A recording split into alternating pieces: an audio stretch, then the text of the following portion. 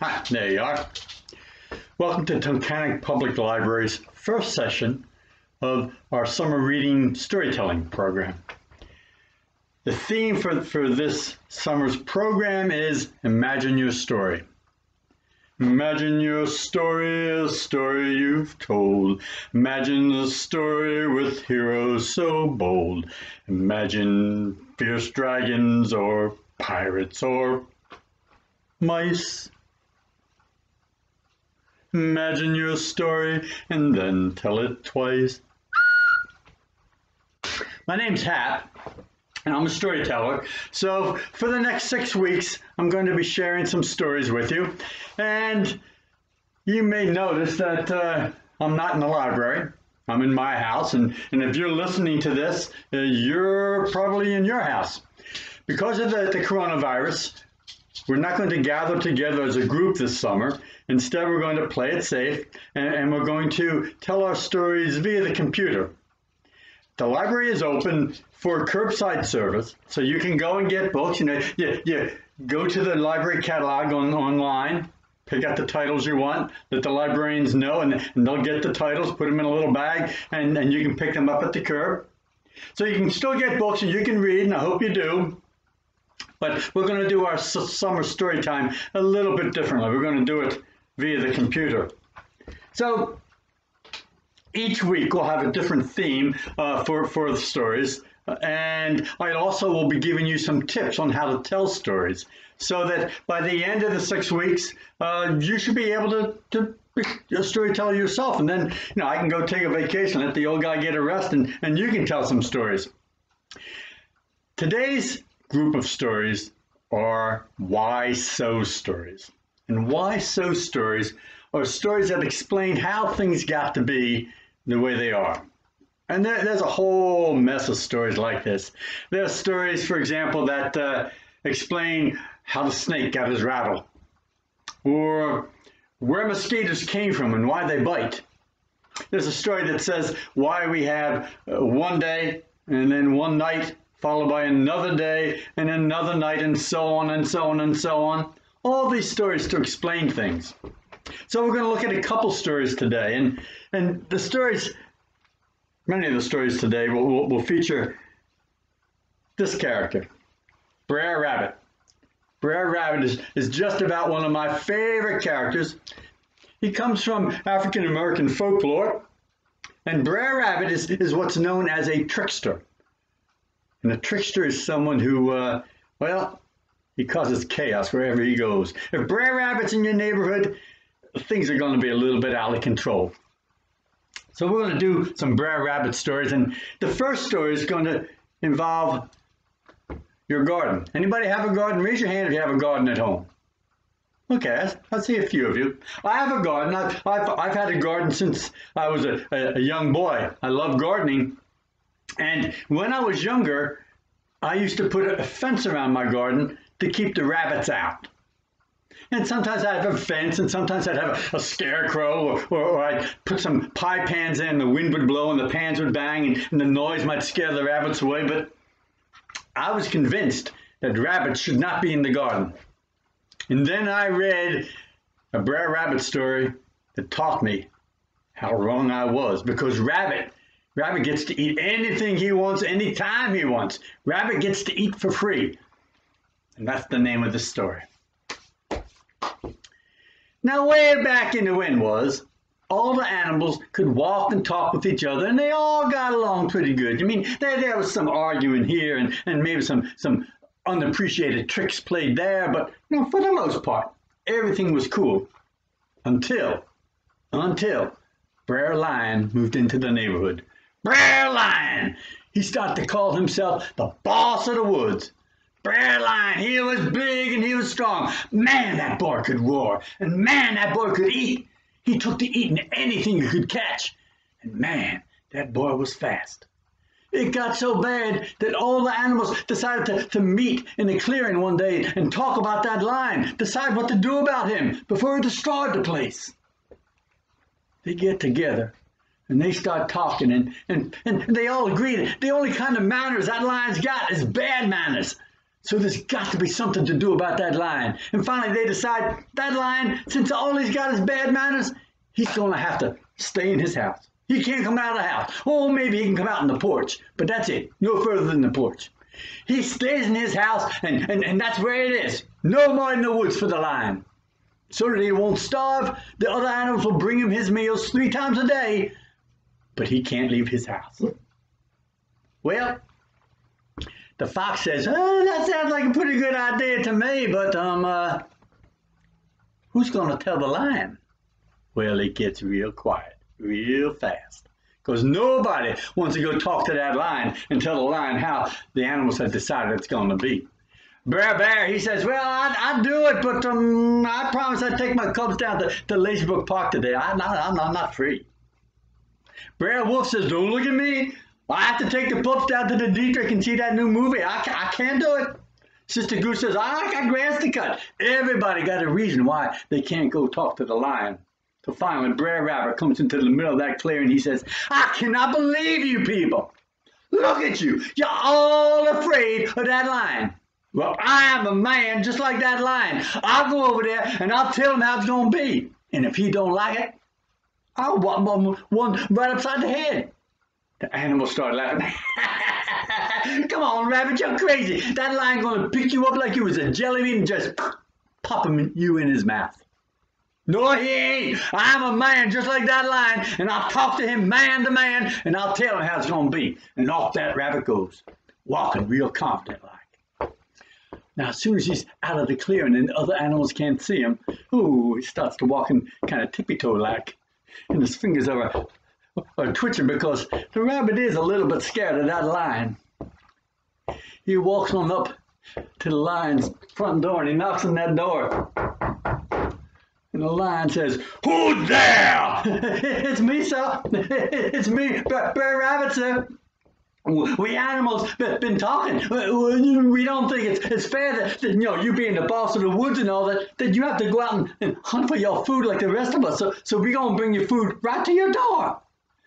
You better bring a lot of food. I got powerful hunger. Oh, we will, sir. We will. We'll bring you lots of food. Anybody brings you a little bit of food, I'll whop them upside the head. I eat 3 times a day. Breakfast, lunch, and dinner. You get them meals here on time, and everything be fine. But if you're late, I'm going to destroy the place. Oh, don't you worry, sir. You can count on Brer Rabbit. I'll make sure them meals are on time. And off he goes. He goes walking back, and oh man, he's all twitchy and jumpy because he's so nervous.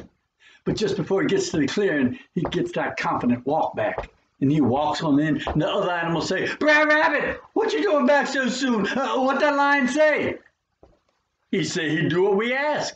I didn't give him no choice. I told him he's going to stay in that house, and we'll bring him the meals. By the way, says the rabbit, by the way, it's time for his breakfast. Everybody gets quiet, because nobody wants to volunteer to be the breakfast for that lion. Brer Rabbit says, well, why don't we all pull straws, and whoever gets a short straw, he or she goes to be eaten. And so the rabbit grabs the straws and he passes them around, and Sister Goose, she draws the short one. No. Yeah, they say. Go on, be the breakfast. And off the goose goes. Lunchtime comes. Brer Rabbit grabs those straws again and passes them around. This time, it's Brer Pig what gets the short one. No! Yeah. Go on, be the lunch. And off he goes.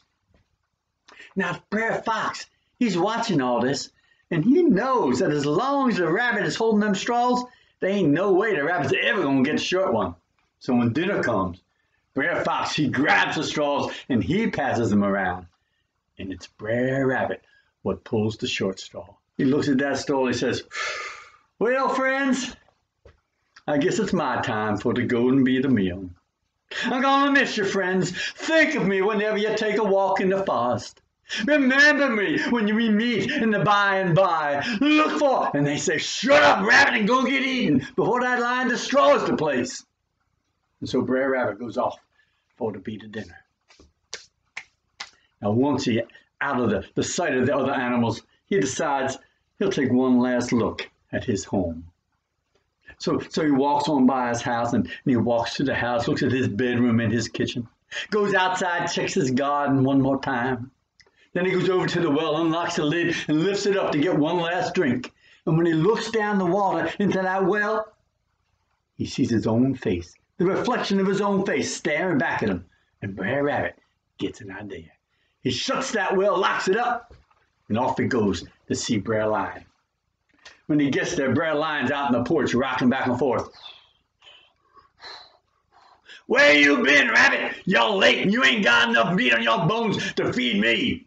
"Oh, I'm sorry. I'm late, Brer Lion. I was just checking on all the food we animals been saving for you." "Where's this food?" "It's over at my house. You won't see it?" "Yeah, lead the way, Rabbit." And off they go back to Brer Rabbit's house. When they get to the house, Brer Rabbit unlocks the well, lifts the lid, looks in and says, "Oh my goodness! You won't believe it, Lion. There's another lion inside the well, and he's eating all your food." Brer Lion comes over and pushes that rabbit aside, looks in that well, and he sees staring at him the face of another lion, his own reflection, down in the well in the water. And he says, "Who are you?" And the echo comes back from the well. "Who are you? I said, who are you? I said, who are you?" Brer Rabbit comes and he nudges that lion aside. He says, "Step aside, Brer Lion. I'm going to jump inside that well. Nobody teases my friend like that, repeating everything they say. I'm going to go down there and whop that lion upside the head." "This is my fight," says the lion, pushes that rabbit out, and he jumps into the well. As soon as the lion's in the well, Rabbit slams the lid down and locks it shut. Brer Rabbit comes walking back into the clearing. The other animals see him and they all run because they think it's a ghost.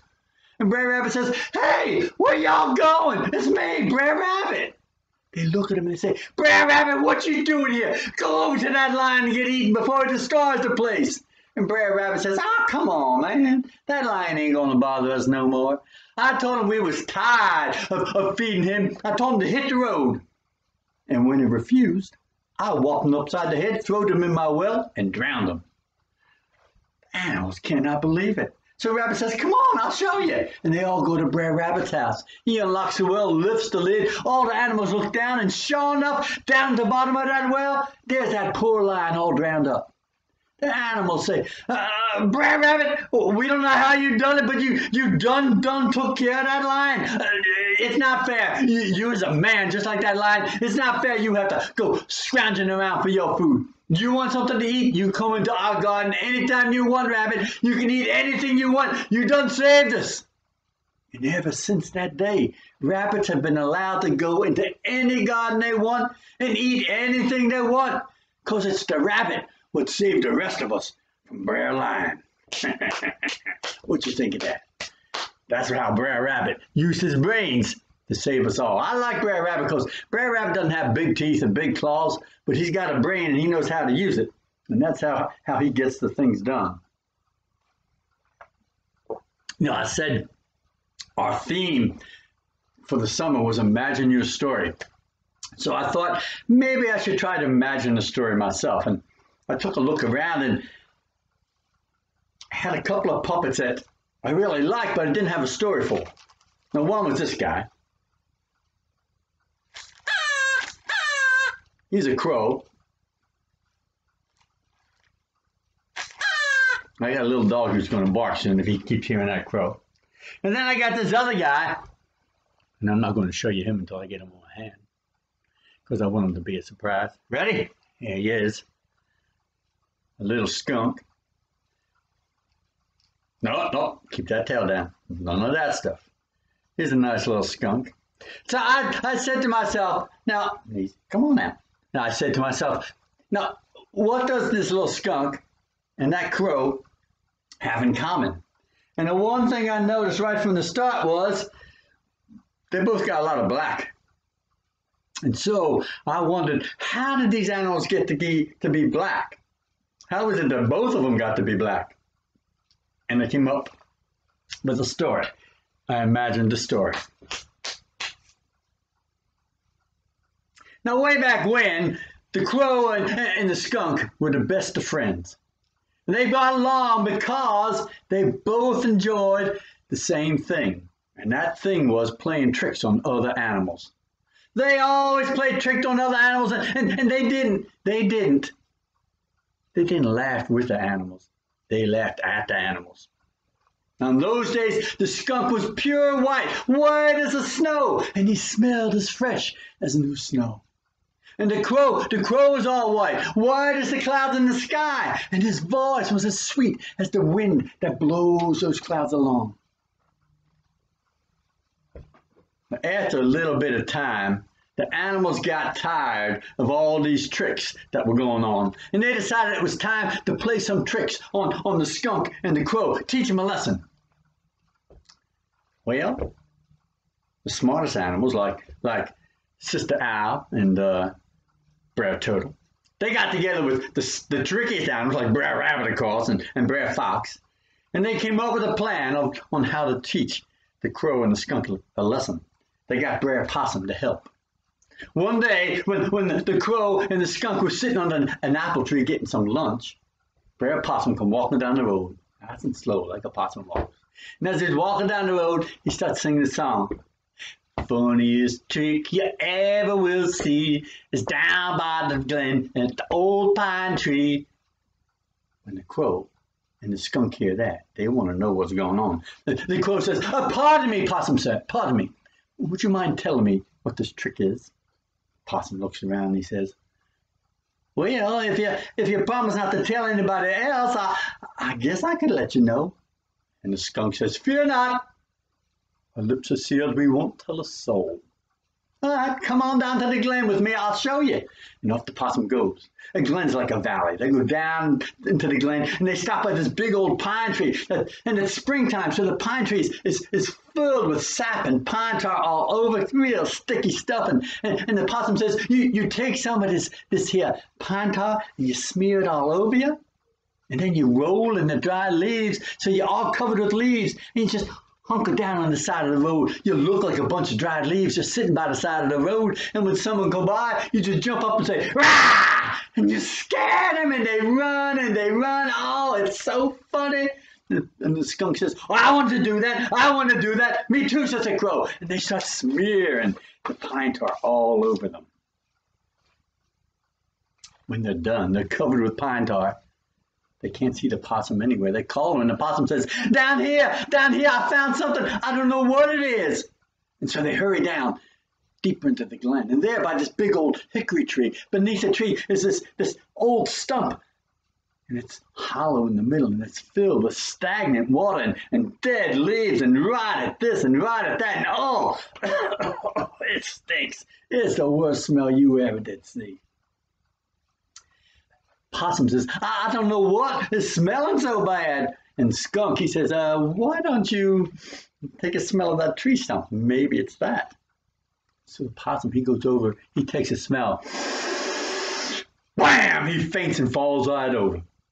Skunk starts laughing. I want some of that stinky water. Here's what I'm going to do. I'm going to get covered with leaves. And when I jump up, I'm going to spit that water out and cover the person with stink. I'll scare them and make them stink, both at the same time. And the crow says, me too, I want to do that. So they both run down to that tree stump. Now they don't know it, but waiting for them up in the tree is Sister Cardinal and Brother Blue Jay. And they got themselves a bucket of all these ashes from a burnt fire. As soon as the skunk gets under the tree, he takes a big mouthful of that stinky water. And the crows flying under the tree. And when they're under there, the two other birds dump their ashes. Down they come. The ashes cover that crow because he's flying in the sky. And they go down his throat. They cover his white feathers. He's now full with ashes and his voice is hoarse and filled with ashes in his mouth. Down below, under the tree, the skunk gets ashes on him too. But because of the branches of the tree, it doesn't cover him completely, and he gets a little bit of white still showing. But when he gets covered with the ashes, he swallows all that stinky water that's in his mouth. That water gets into his belly, and it starts a turning and a turning, and next thing you know, all that stinky water's giving him a belly aching and making a lot of gas in his stomach. You all know what happens when you get gas in your stomach. It gots to come out, and pretty soon, psst, oh, the smell, psst, out it comes, and oh my goodness, oh my goodness. Well, ever since that day, skunks have been black and white. And they are the smelliest animals you ever gonna see. And ever since that day, crows have been all black, and their voices have been very, very rough and harsh, and because they got all that ashes in their throat. And ever since that day, whenever a possum plays dead, faints and just drops over playing dead, boing, you look at him, and you'll see a big grin on his face. And that's the story of how the crow and the skunk got to be so black. What you think of that? Okay.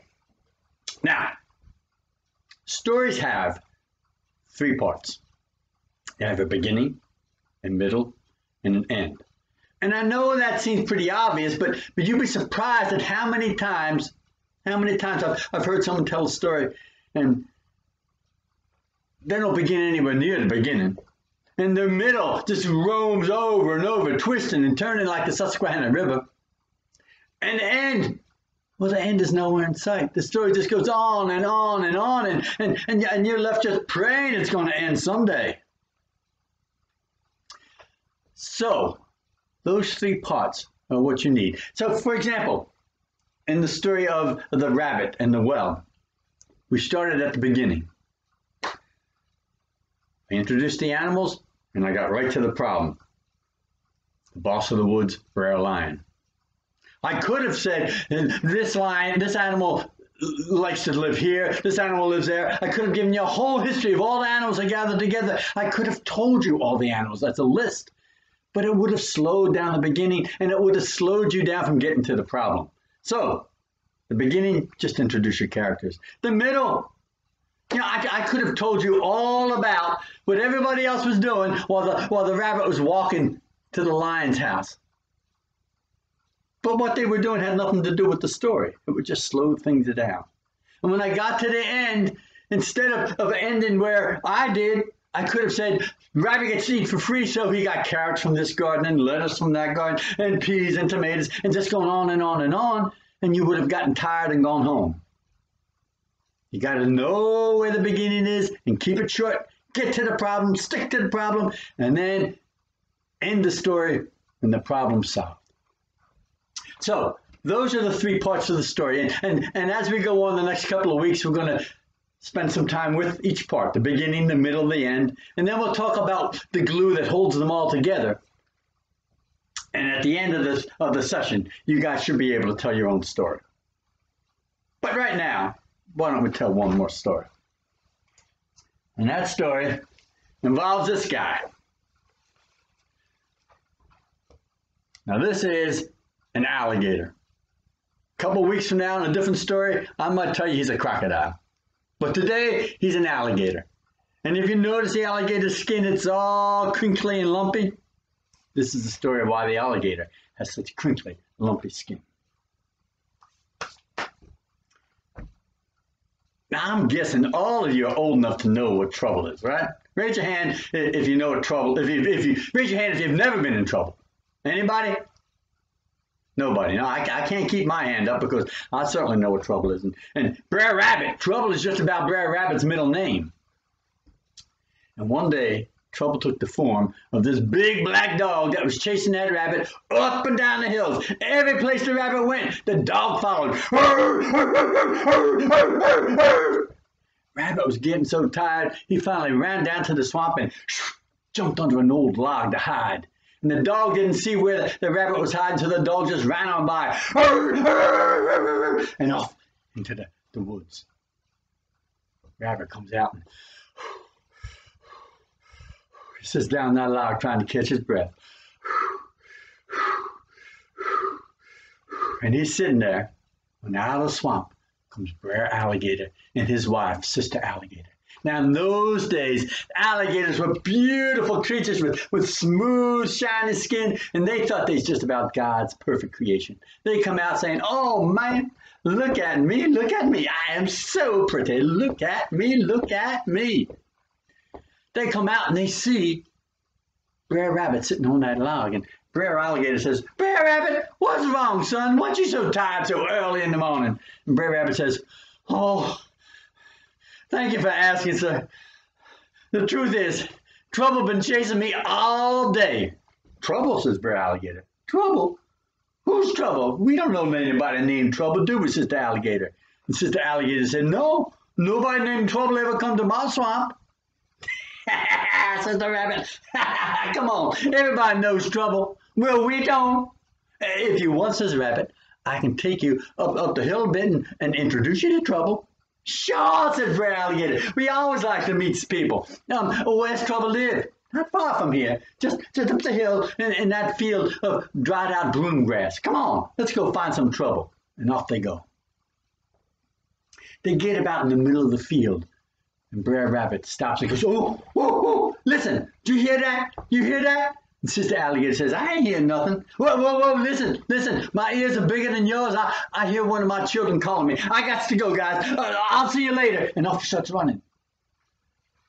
Brer Alligator says, "Yo, Rabbit, wait a minute. We don't know who Trouble is. We don't know what he looks like. How are we going to know him?" And the Rabbit calls back and says, "Don't worry. You'll know Trouble when he finds you." And off he goes. He leaves those alligators standing in the middle of that field. Brer Rabbit, he goes to the edge of the field, and he does something you should never, ever, ever, ever, ever, ever, ever do. He plays with matches. He takes a match out and psst, he starts a little fire right here in the field. Then another one there, and there, and there, and there, and there, till there's a circle of fire all around that field, and it's burning in towards the middle where those two alligators are standing. Brer Alligator says to his wife, "Stand up straight." He wants to make a good impression. And Sister Alligator says, "You stand up straight. I always make a good impression." And they're standing there looking very pretty. And suddenly, at the edge of the field, some flames start to dance. Brer Alligator says, "Oh, look, that must be Trouble." Sister Alligator says, "Woo-wee, Trouble sure is pretty."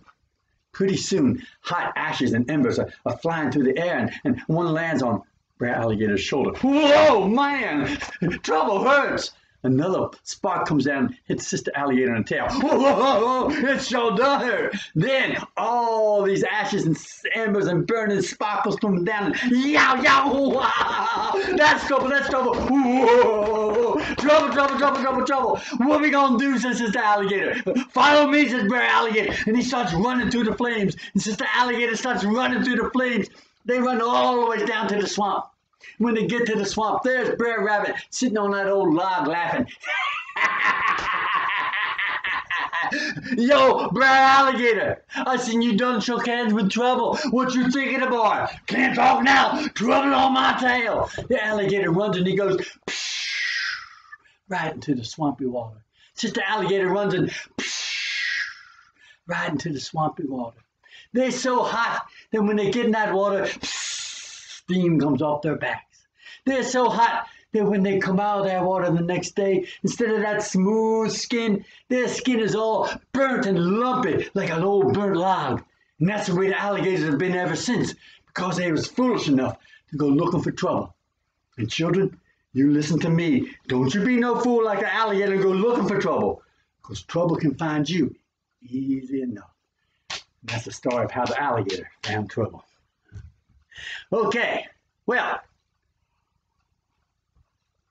that's about all the time we have, but let me show you some books. This is a collection of Brer Rabbit stories. And there's another collection, put that down, of 4 books by Julius Lester.